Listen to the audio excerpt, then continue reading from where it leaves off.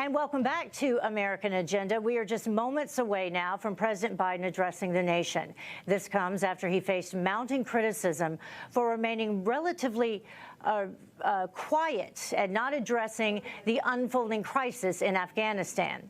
Our panel now joins us to talk about this. Lawyer and GOP strategist Ford O'Connell, host of Money Talk with Melanie and Project 21 member Melanie Collette, and Republican strategist and host of the 13-minute news hour, Bobby Eberle.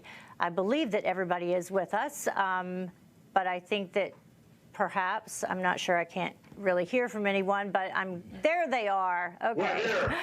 Ford, I will start with you and just a response to some of what the congressman was saying earlier.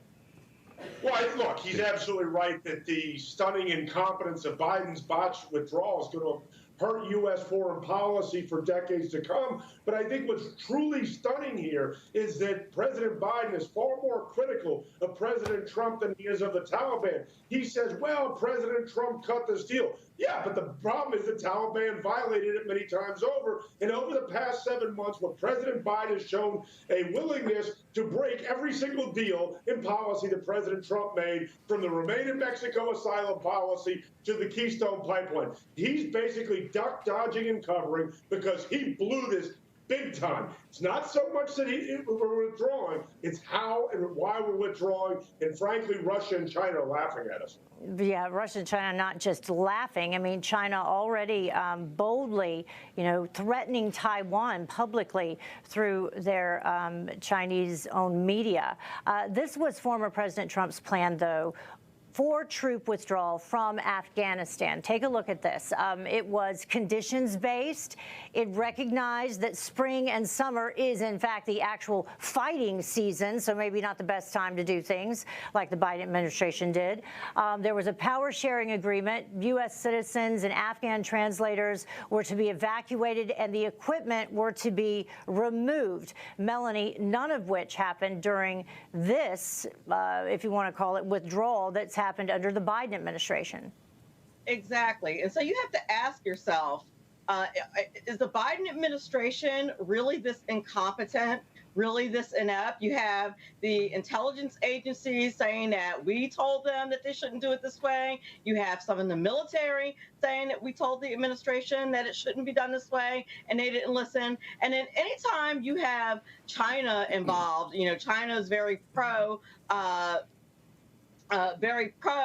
Taliban, that's a problem, and it raises a red flag for me. Like, why is it that every time something involves China or something that China supports, Biden seems to drop the ball? I'm just putting that out there for something for people to think about. It's a problem for me. Either he is super incompetent or something else is going on here. Yeah, Bobby, this next sound that we want to bring up from National Security Advisor Jake Sullivan was to ABC News, and I had to question, when did he say this? Listen to this.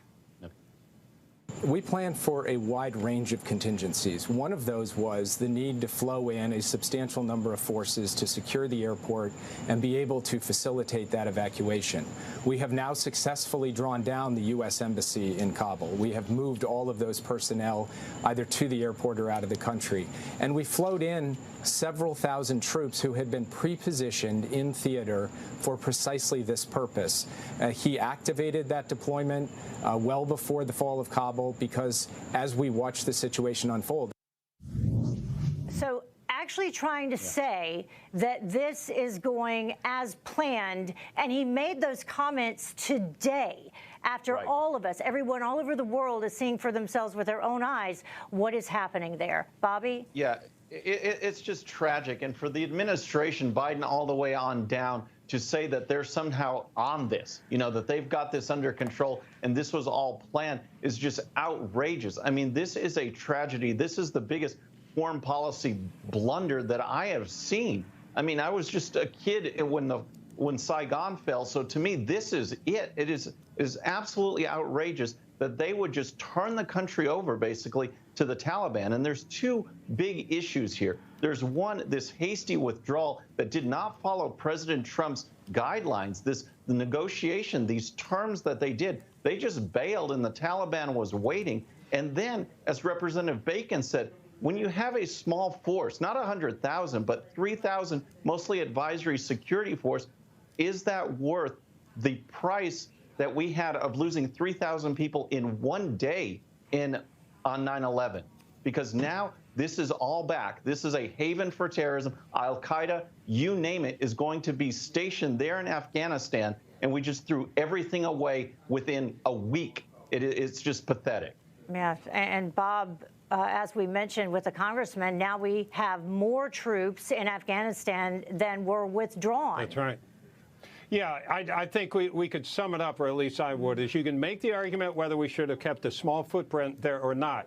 But if the decision is made that we're going to get out and everybody get out, the president had one job, and that's to get the withdrawal right, and it didn't go right. No. Well, thank you very much, panel. We'll see what the president has to say for himself shortly.